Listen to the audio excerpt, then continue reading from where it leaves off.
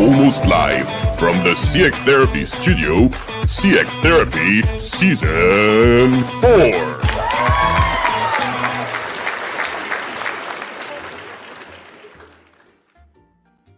Good morning, Max. How are you doing today?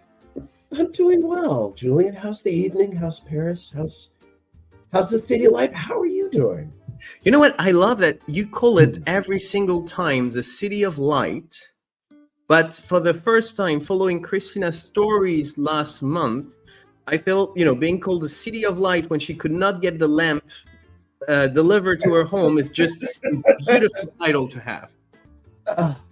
You're right. But she was in Toronto. She wasn't in Paris. So Toronto is the city of darkness, clearly. At this point, yeah. We definitely need to do a follow-up with her. I'm really keen to know whether she finally has some light bulbs inside her living room. Yeah. And if she's gotten over the scars yet.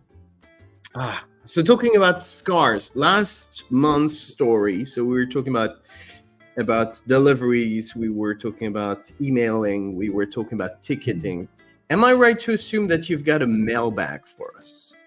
Well, let's see. Now it's time to open this week's mailbag.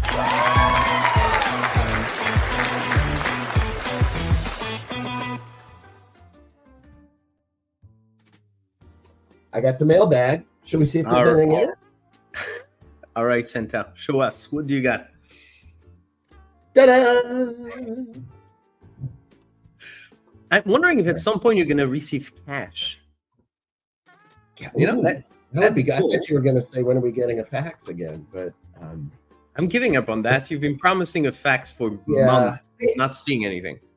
Yeah, I guess I have the Ring Central app. I could get that to receive a fax. Maybe I'll do that one of these days, just to make your day. All right. So, mailbag question. Person's right with us with what we were saying a minute ago. I'm still scarred by Christina's story. Is there a way to do support through email, or is it just a completely worthless channel? Oh, no. I know that we were pretty harsh on email last month. I actually think that email is a fantastic channel. It's just one channel among many others. It cannot be the only channel. That's the problem. Because as long as you give customers the ability to pick whatever channel makes sense, my favorite channel, generally speaking, is probably WhatsApp. But depending on the context, I may or may not want to use WhatsApp. Email is great if I want to send a bunch of, PDF documents that I've got on my computer, or I want to type a lengthy explanation for whatever. Probably don't want to do this through WhatsApp. It's not meant for very long messages.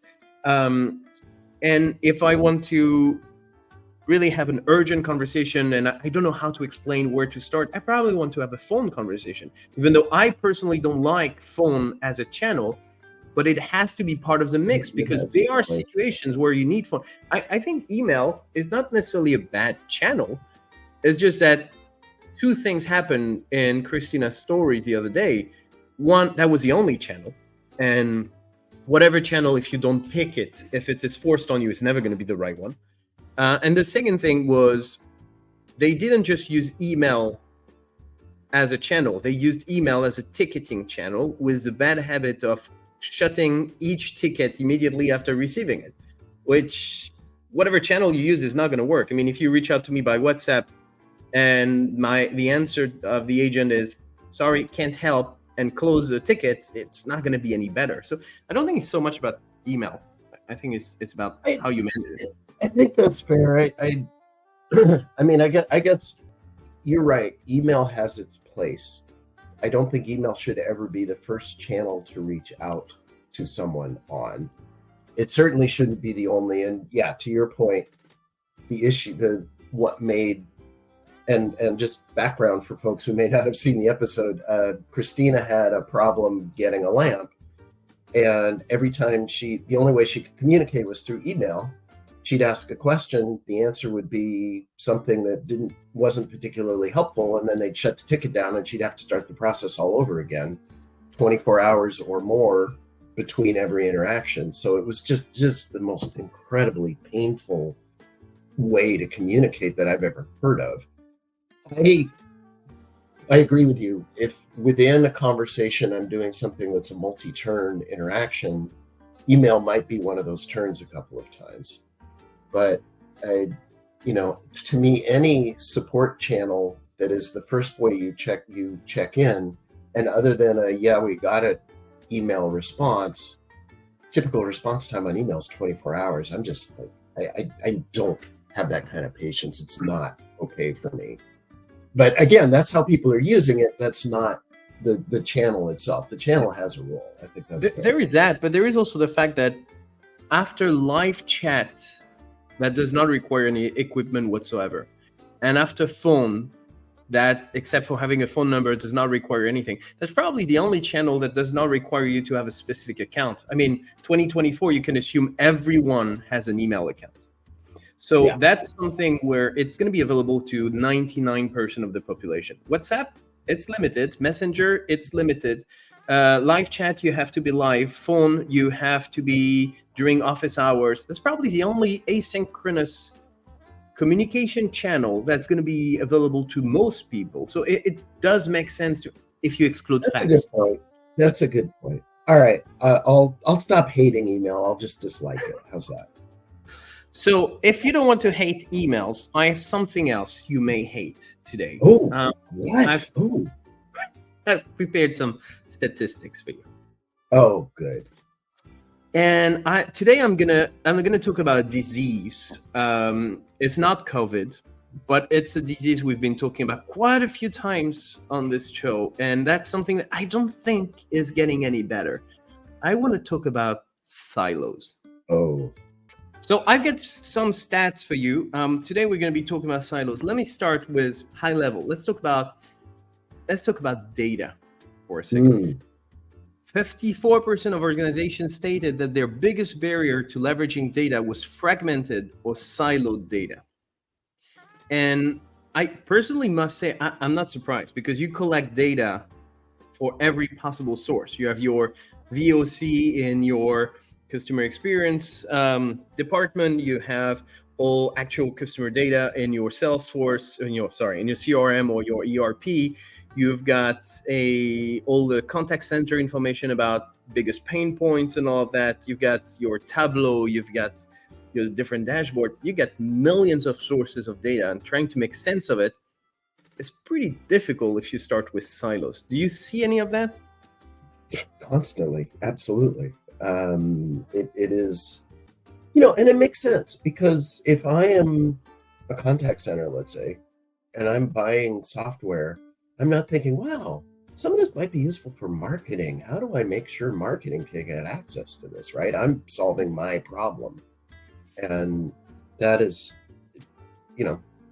that's where you get the silos. We actually did some looking at, you can now take all the recordings of all the calls that you have, run AI against it, and get quantifiable data that you can look at. And we did some research, talked to some voice of the customer teams, and said, hey, your voice of the customer, what if you had the actual voice of the customer as quantifiable data?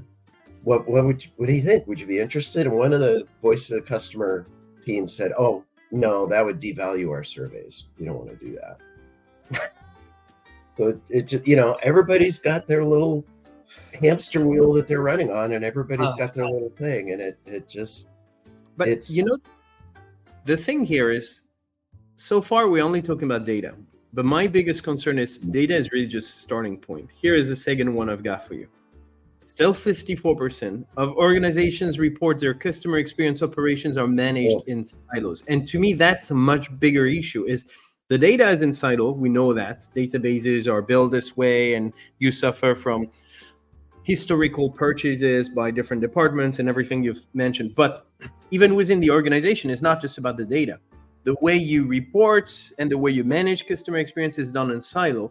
And I've added to that, only 33% of customer experience professionals say that they can actively communicate and collaborate across teams to drive improved CX. How do you feel about that one? I like it as much as I used to like email. Yeah. I mean, it's just depressing. It's reality. I don't know what you do about it. Well, I do know what you do about it. I think this is something where I think technology in the next few years is going to play a role, because there's more kind of centralized CDPs, whatever, more kind of centralized databases and things. I think it's going to get enough easier to share data that people will be able to do stuff without it being so much work, and that we may, at least on the data side, start seeing some sharing. And I think once people, sharing is caring, and once people do some sharing, that may build some I'm being Pollyanna here. That may build some communications paths, and people may start actually putting together some of these things. I don't know. I can be hopeful, right? That's allowed. You should be. And I'm hoping you're right, because my third one here, 72% of leaders believe that merging teams and responsibilities around the customer experience will increase operational efficiencies. Mm-hmm. So what if the secret sauce to better customer experience was just to remove silos? And even though you're never going to do it entirely, I tend to believe companies with the best customer experiences have found ways to remove silos and really work hand in hand and look at everything through the customer lens and not the organizational internal lens. That I see you nodding. You agree on that one? I agree with you. There's a piece of this that I quibble with. What it's saying is it increases operational efficiency. And I think on a grand scale, that's true.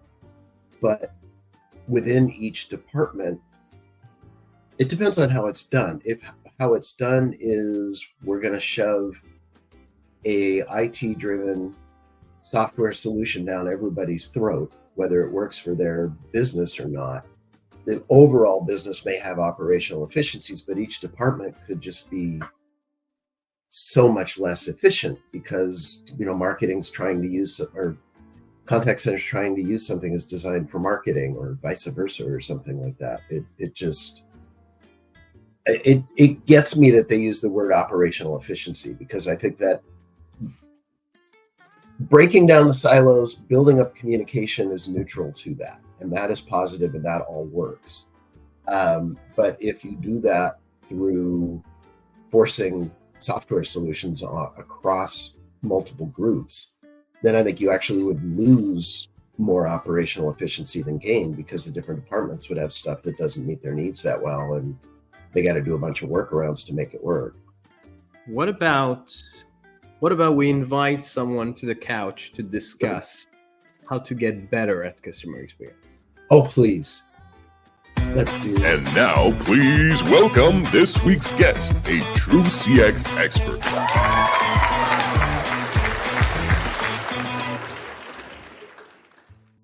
Dan Miller's here. Dan and I are both in the Bay Area. And so excited to have Dan. He's at Opus Research. He's founder, Lord God of Opus Research. And has been in the industry a long time, and is just a fine and wonderful fellow. And Dan, we promised you we're gonna ask some hard-biting questions here. And the first one, I thought it'd be interesting to hear the origin story of Opus a little bit. Vis-a-vis customer experience? Well, just in general. I mean, how did you? No, it's great.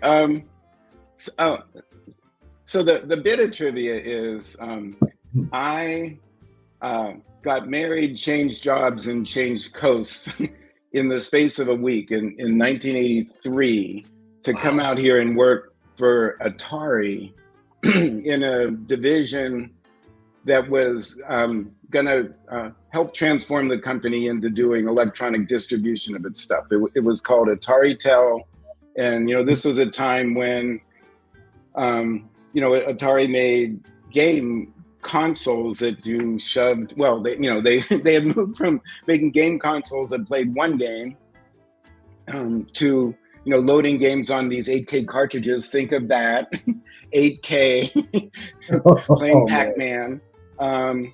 And we were looking into the sort of personalized services that could be offered through an Atari device, and taking advantage of all these high-speed communications link. We were up to 1,600 baud at that point.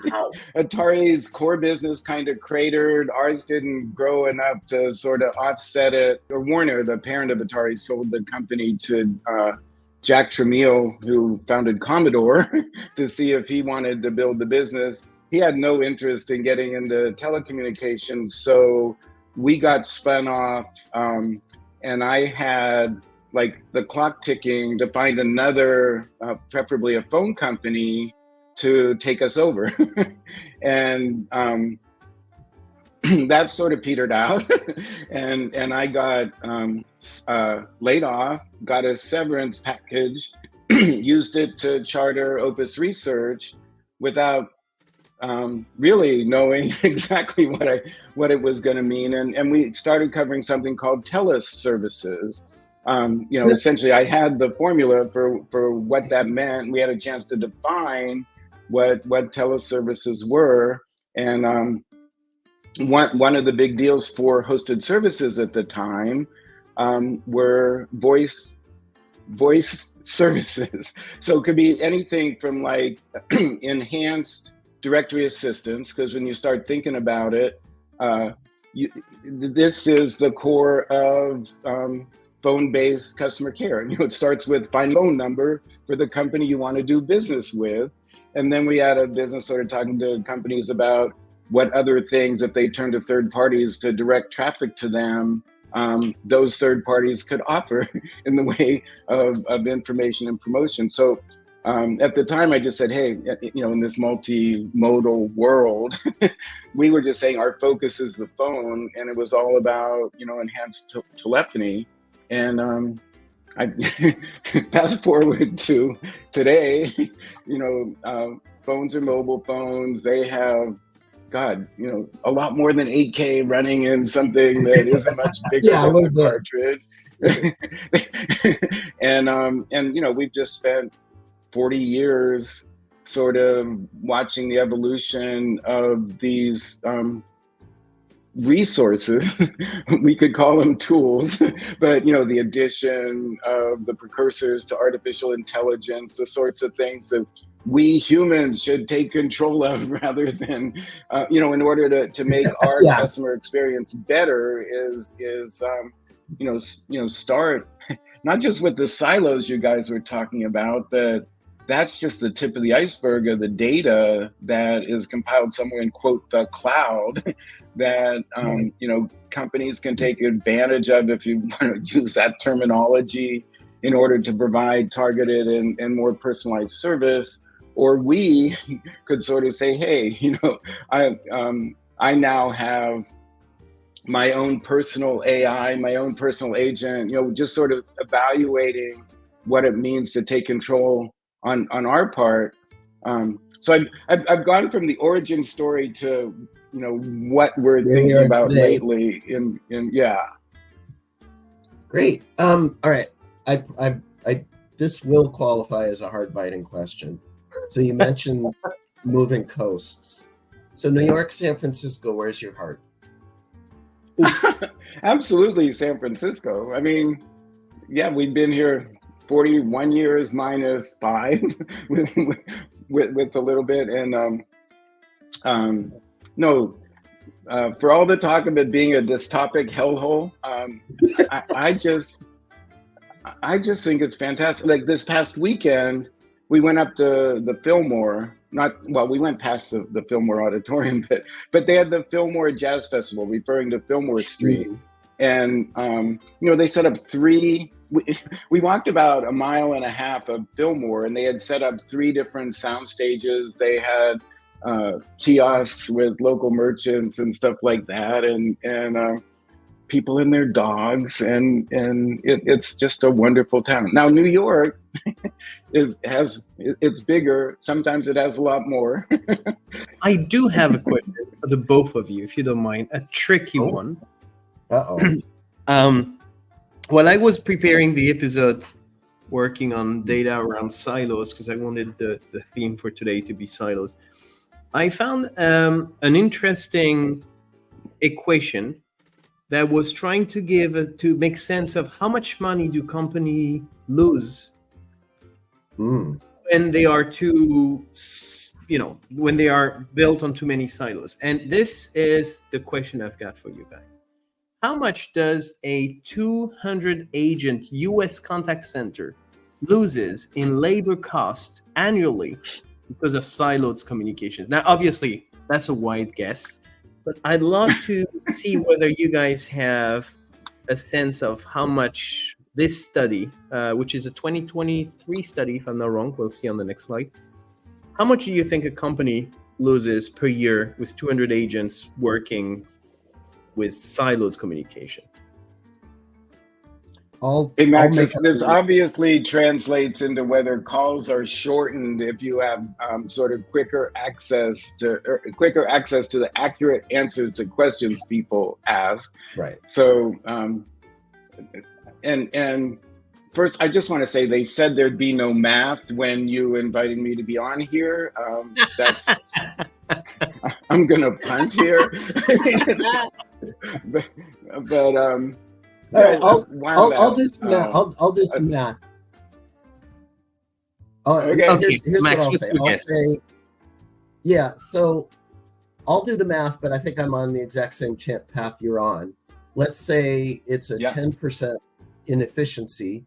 So that's 20 agents out at 40K a year. So that'd be 800K a year. I'll throw that number out. Yeah. All right. You know what? The logic is perfect. The numbers are not quite the same, but the logic is perfect because we are here talking about 15% inefficiency because of communication. Let me go full screen with that. Just off by a half. We're talking 200 agents. And we're taking an average of 50K a year. So on average, agents... Well, clearly they're overpaying their agents. But that is huge. I mean, $1.5 million. And here we're purely just talking about labor cost. Meaning we're not even talking about the impact on customer experience. We're not talking about the impact on customer loyalty. We're not talking about the impact on agents' frustration, attrition, retention. We're purely just talking labor cost, and it's pretty painful already. So, without getting into math and whether you agree with the equation itself, how do you feel about that number, which is a research from Aberdeen? It is 2020, not 2023, by the way. How do you guys feel about that? Is that spot on? Is that exaggerated? Does it even make sense to start with that? So it's probably a good number. It probably does understate it, as you were saying.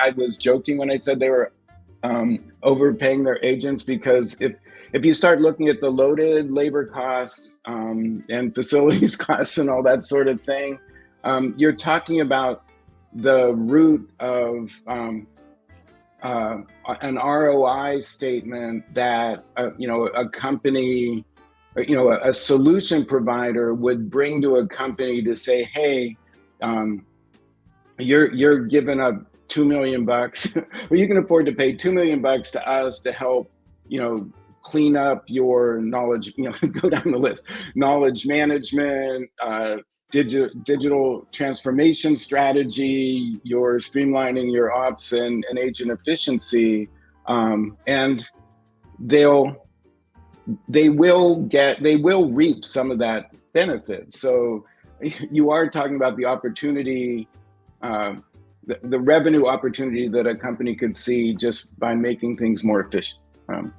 Max? Couldn't agree more. Where I think it lowballs is what is the resultant increase in customer sat, because hold times are shorter and agents have more time to focus, and what is that? But that's, to your point, Dan, that's the number you would use in an ROI calculation. That's a whopping fine number that you could justify a big expense to. And then all the revenue stuff, that's just gravy. that you get on top of it. So that's exactly how I would look at it. So now that we've talked a little bit about silos, we've set the stage, we know a little bit more about Dan and where Opus Research is coming from. I think it's about time we listen to your story, Dan. Gather around, folks. It's time for guest CX story.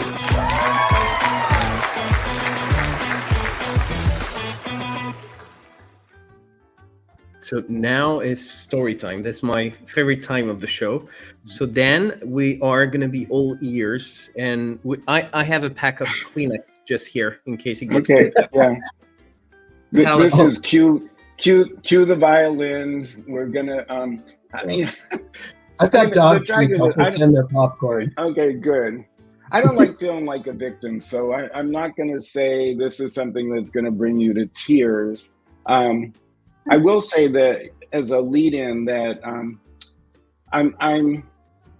kind of tech savvy, but I'm kind of cheap, and I don't have the highest level of quote home automation that's out there and available. Even though I've been into trying to speech enable the world since the 80s, but my tale is one of calling our cable company, which also provides internet connectivity, because I work from home and I need a highly reliable link, for something like this, and for no reason whatsoever, my quote high-speed internet was intermittent, and they ran some diagnostic, because the role of technology and customer care seems to be to reduce the amount of time I would have to actually talk to a person. So the cable company had made their mobile app the core for any contact, including running your own diagnostics and blah blah blah. And I got the thing up and running, and it was fine. But then there's some incentive they have to, even though it's working well in a steady state, and by working well, it's not just me working from home and doing video. We just moved back from New York, and I got new locks for our doors that are hooked up to the internet, and speaking of phone control, I can check the status of my lock and unlock it and lock it, and all sorts of fun stuff, I guess. My doorbell's hooked up, but it's not the lights, it's not the, hey, it's nighttime now, turn on the TV sort of stuff. It's just basic stuff that's hooked up to this one thing that's intermittent. And they recommended, and I finally got it all up and running with the original equipment they gave me. And then I get this thing saying, hey, we have a new promo. All it requires is for you to get our latest X whatever router. And I thought about it and said, I'm in steady state. I don't want that. But they were kind of persistent, and convinced my significant other that life would be beautiful with the new router. And so we did it. And of course, because it's important not to meet anybody at any point, and I guess that comes from COVID or something, they airdrop a box that you open. It has a QR code that you're supposed to point your phone to, and then it marches you through step by step how you install this new thing, and life is beautiful. But pointing the phone to the QR code went to 404 not found, which meant that it was going to go south from that point. So we called the number, which they never provide. You sort of have to find it somewhere. But since I've been back and forth before, I called the number you call for tech support, and they eventually transferred me to I'm concatenating a lot of it. They transferred me to a person that could walk me through getting the Wi-Fi thing working, and we got everything hooked up to it. And my house was good, and I breathed a sigh of relief. But I went to see what was going on. Oh, because I had to schedule returning the old equipment to the storefront, and found out that, yes, everything was working locally, but my phone app didn't know the thing existed. So it was asking me to register this new device. Well, yeah. So inexplicably, something in that delivery chain broke. So I said, that's fine. I'm going to go back to the retail store, return my old equipment. They'll tell me what to do there. And I do want to emphasize that the humans that we do talk to, they're very helpful. They do what they need to do. And maybe they're siloed, as you were saying. So the person that got the Wi-Fi thing working did, but didn't get the mobile part working. Didn't really understand that I didn't want to do this in the first place. And then going to the retail store, the person said, "Oh, I can fix that." You know, getting the phone app aware of this thing. So they just, type something in. I was thinking, this might be bad. So now my phone knew I had a new router, and it was associated with my account and all that sort of stuff. I get home and it's not seeing anything. Doesn't see the door locks, doesn't see my computer, doesn't know I have an Amazon Echo, and I'm like, I don't usually have high blood pressure, but this sort of did me in. So I go on the app and say this thing isn't working, and we need to get a techie, because I don't lack technical chops, but this made no sense to me. And, I went and tried to get everything hooked up. So 2 days later, a truck roll, I did cause a truck roll, and that's the last thing these people want to do. It's their most expensive thing. And this guy comes in, he's really nice too. And he, he checks things out. He said, "Oh, they shouldn't have given you that model and brand." And he brought a different model and brand of the new X whatever router. And he gets that up, and I have it talking to my tablet, my computer, 2 out of 3 of the doors, but we're just frustrated because it's like hit or miss for what it wants to talk to. And he has a friend that's over on the business side of this thing whose van just happens to be a few blocks away. So I get another truck and another technician coming, and they sort of go down to the microcode in like a Google hub to get that thing going, whatever. So the home is limping along, and I'm just living with sort of the repercussions of what I know started as a promotion campaign that either the app or the humans were trying to get people to upgrade off of their whatever to their latest thing. And it didn't really take into account all the points of failure that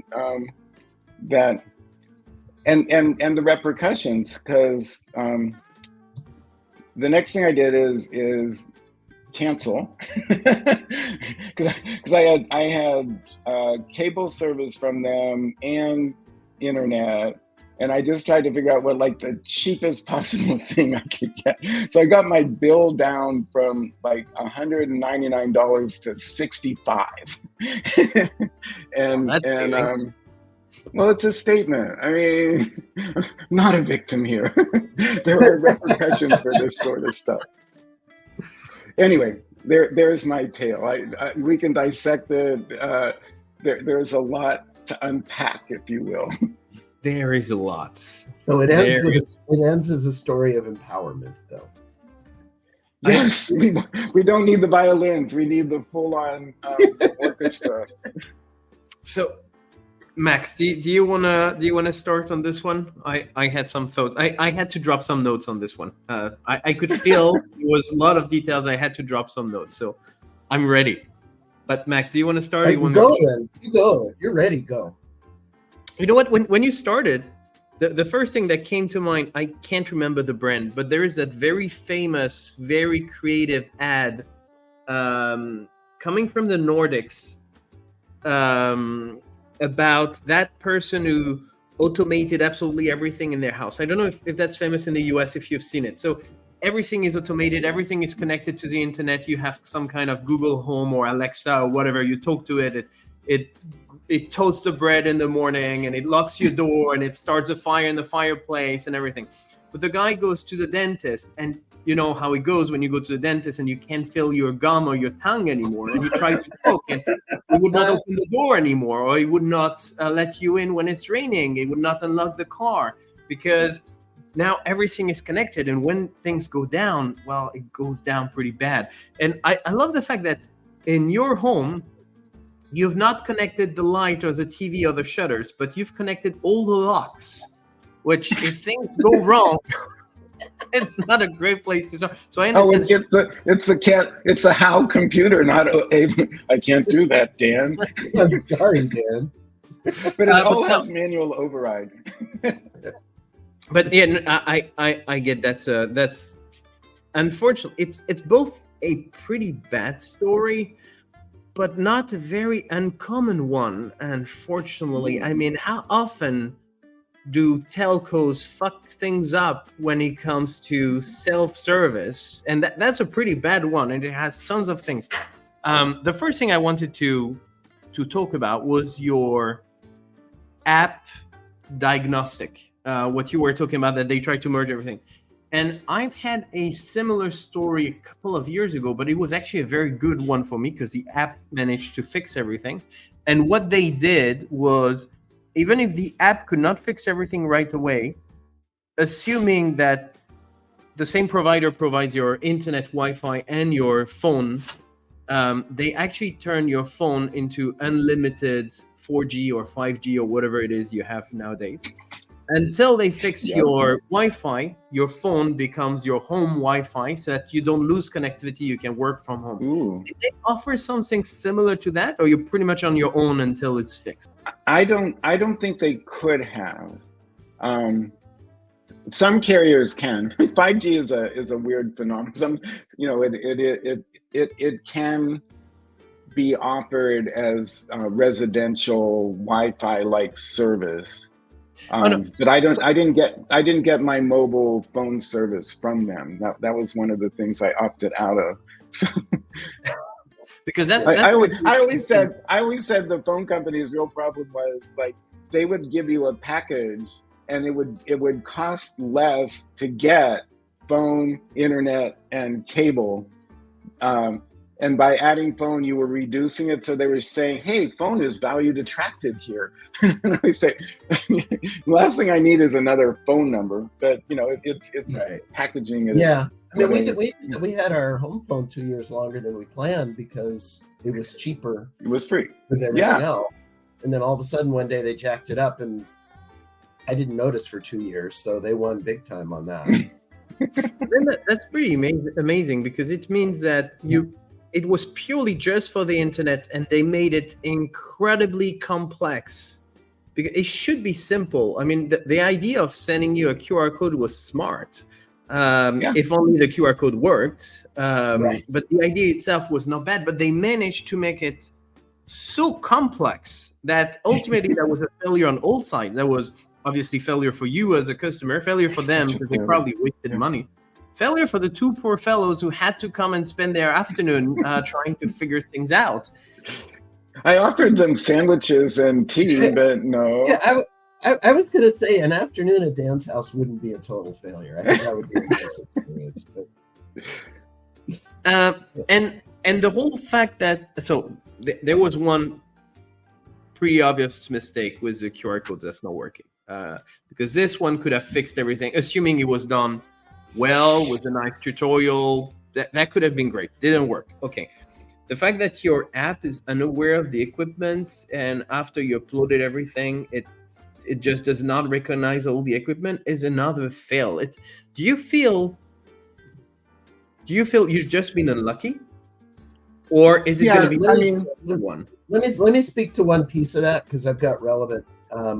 I also have this same carrier, who will remain nameless, and did the upgrade, and I had to reconnect, maybe not everything, but almost everything. And I still, Right. I will name names on this. I still can't get my Sonos speakers to connect to the damn network. I don't know what. Oh, I got that one.